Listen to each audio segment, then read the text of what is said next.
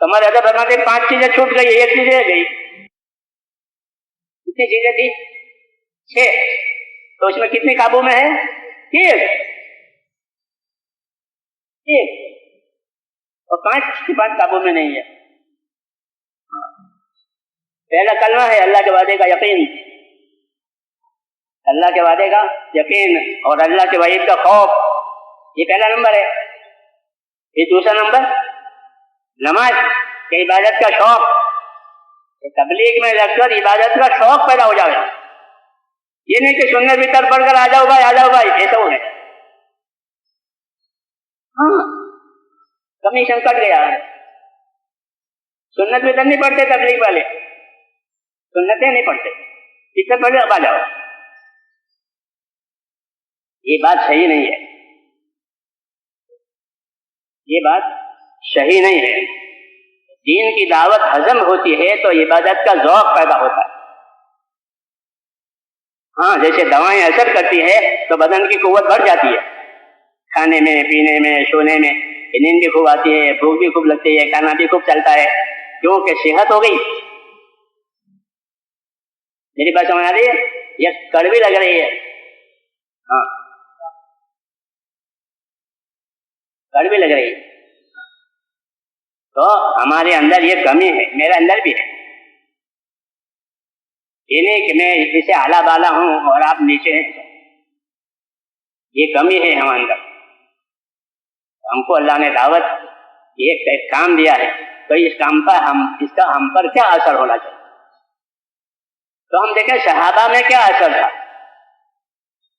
ہاں وہاں دیکھنا ہے، وہ آئینہ ہے یا وہ خورطبین ہے کہ وہاں سے ہمیں باریک چیز نظر آئے گی.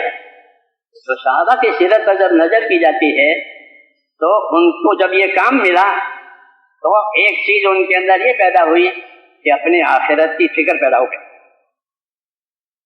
کیا پیدا ہو گئی؟ اپنی آخرت کی فکر پیدا ہو گئی.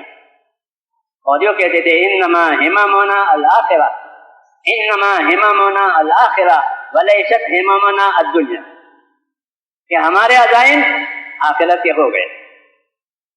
کیونکہ اللہ کی دعوت ہے کہ اپنی دنیا سے آخرت بناؤ، یہ دعوت ہے اللہ کی. وابتغ فیما آتاک اللہ الدار الآخرہ، اس کو اللہ نے جو دنیا دے رکھی ہے اس سے تو اپنی آخرت بنا لے، یہ دعوت ہے.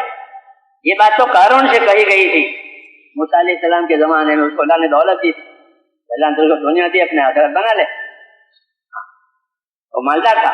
اب حضور اللہ کے فضل و کرم سے وہ بات ہمارے لیے قرآن کریم میں آئی کہ اپنی دنیا سے آخرت بناؤ،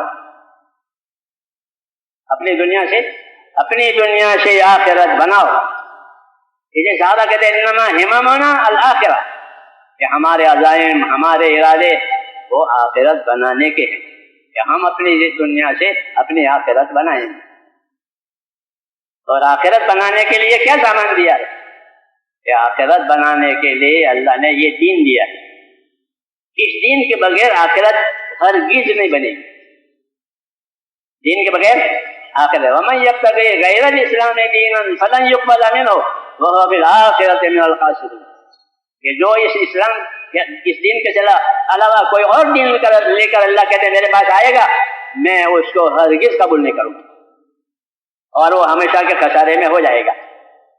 تو اللہ نے کامیابی کا یہی ایک راستہ دیا.